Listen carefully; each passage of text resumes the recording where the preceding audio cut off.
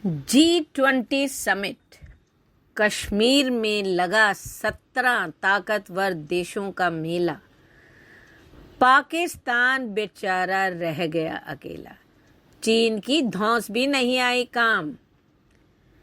G20 सम्मेलन के तहत पर्यटन वर्किंग ग्रुप की एक मीटिंग श्रीनगर में कराकर भारत ने पाकिस्तान के फर्जी प्रोपेगेंडा को ध्वस्त कर दिया है। भारत के निमंत्रण पर 17 देशों के 60 डेलीगेट्स कश्मीर पहुंचे हैं।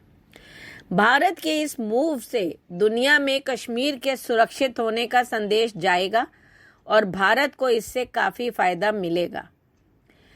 कश्मीर राग अलापने वाले पाकिस्तान के फर्जी प्रोपेगेंडा को काउंटर करने के लिए भारत ने एक बेहद शानदार दाव चला जो कामयाब होता दिखाई दे रहा है। G20 सम्मेलन के तहत भारत ने टूरिज्म वर्किंग ग्रुप की तीसरी मीटिंग का आयोजन जम्मू कश्मीर के श्रीनगर में किया। भारत के इस दांव से चारों खाने चित होने के बाद पाकिस्तान ने पहले ही बैठक के खिलाफ माहौल बनाने का फैसला कर लिया था। उसने बहुत कोशिश की कि कश्मीर पर उसके प्रोपेगेंडा को दूसरे देशों का भी बड़े पैमाने पर समर्थन मिले, लेकिन पड़ोसी देश खाली हाथ ही रह गया। पाकिस्तान के कहने पर चीन ने इस बैठक में भाग लेने से इनकार कर दिया। चीन ने मीटिंग में टांग अड़ाने की कोशिश भी की थी। उसने कहा था कि वह किसी भी विवादित क्षेत्र में बैठक आयोजित करने का विरोध करता है। चीन के अलावा सिर्फ 2 देश तुर्की और सऊदी अरब ने हिचकिचाहट दिखाई। इन चंद देशों को छोड़ दें तो अमेरिका, रूस, Britain, Canada, France, Germany, European union और साउथ अफ्रीका जैसे 17 ताकतवर देशों ने इस बैठक में शामिल होने में अपनी रुचि दिखाई। यहां से 60 डेलीगेट्स भारत पहुंचे हैं। श्रीनगर में हो रही है G20 की बैठक कई मायनों में इसलिए भी अहम है क्योंकि आर्टिकल 370 हटाए जाने के बाद कश्मीर में यह पहला बड़ा आयोजन है। इस बैठक में वर्किंग ग्रुप की पहली 2 मीटिंग के मुकाबले सबसे ज्यादा देश आ रहे हैं। इस मीटिंग को दुनिया भर में मिला समर्थन भारत की मजबूत होती स्थिति को दर्शाता है। कश्मीर में हो रही यह बैठक कूटनीतिक तौर पर भारत के लिए बहुत ही बड़ी एक उपलब्धि है। जी हाँ, ये सही बात है। इससे कश्मीर पर पाकिस्तान का पक्ष कमजोर होगा और कश्मीर पर भारत के फैसले को मान्यता मिलेगी। इसके अलावा दुनिया कश्मीर के सामान्य होते हालात की झलक भी तो देख सकेगी।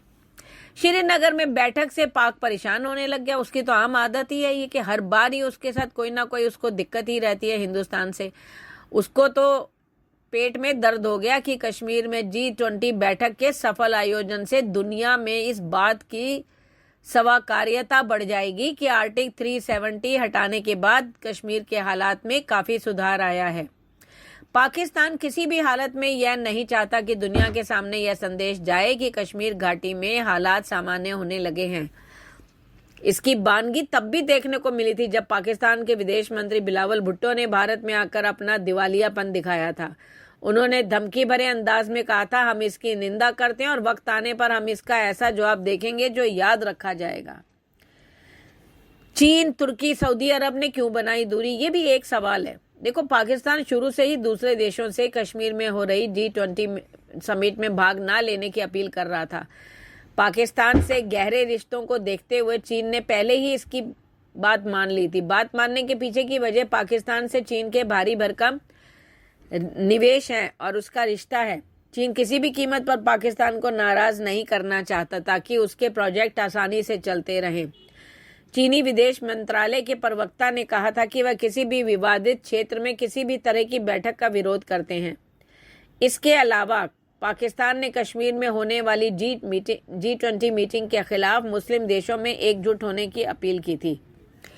कश्मीर को लेकर तुर्की पहले से ही भारत के प्रति कड़ा रुख अपनाता आया। हालांकि भूकंप के बाद भारत ने तुर्की की जो सहायता की थी, इससे यह माना जा रहा है कि तुर्की भारत का साथ दे सकता है, लेकिन पाकिस्तान की अपील के बाद उसने भी इस मीटिंग में हिस्सा न लेने का फैसला किया।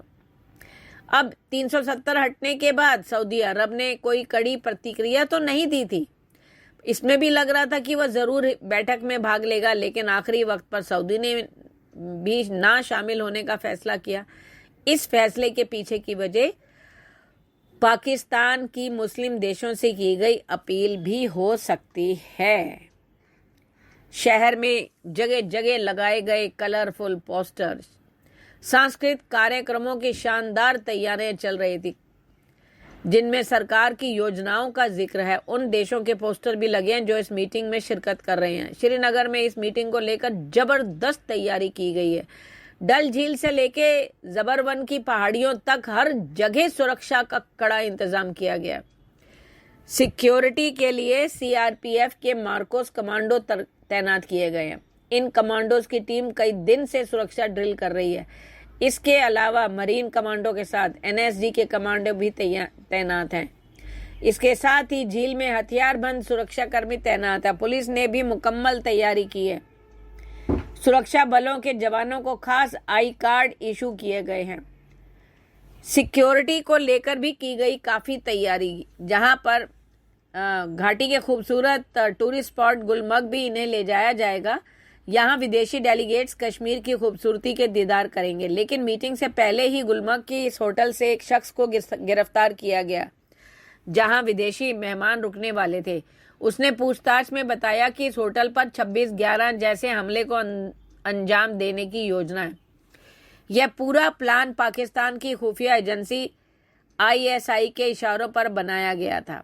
इतनी बड़ी जानकारी सामने के बाद सुरक्षा एजेंसियों के कान खड़े हो गए। उन्होंने उनको गुलमर्ग जाने का प्लान कैंसिल कर दिया। पकड़े गए आरोपी ने बताया कि आतंकवादियों का मकसद विजिट के दौरान होटल में घुसना और वहां विदेशी पर्यटकों को निशाना बनाना था। इस पूरे हमले को मुंबई हमले की तर्ज पर ही अंजाम दिया जाना था, जिसमें कई मेहमानों की जान जाती और कईयों को बंधक बना लेते। खुफिया रिपोर्ट के मुताबिक हमले की तरक्की की योजना आतंकी संगठन जैश ए मोहम्मद ने बताई थी। पीपल्स एंटी फासिस्ट फोर्स के आतंकी तनवीर अहमद राथर ने घाटी में आतंकी हमले की साजिश रची थी। इसी कारण चप्पे चप्पे पर जो है सेना और स्पेशल कमांडोज की तैनाती पर नहीं लगाया गया। खाली नहीं, बल्कि एनएसजी के ड्रोन रोधी टीमें आसमान से निगरानी कर रही है। आतंकवादी कश्मीर में सम्मेलन के दौरान एक साथ 2 या 3 जगहों पर हमला करने की तैयारी कर रहे थे। इसलिए पूरे कश्मीर में, खासकर श्रीनगर में सभी गतिविधियों पर सीसीटीवी और ड्रोन से नजर रखी जा रही है। धन्यवाद। वैसे आपकी क्या राय है? आपको क्या लगता है कि G20 का जो सम्मेलन भारत ने श्रीनगर में किया है, क्या इससे कोई पॉजिटिव संदेश जाएगा दुनिया के लोगों को, और उसका आने वाले भविष्य में क्या प्रभाव पड़ेगा? कमेंट करके जरूर बताएं। धन्यवाद।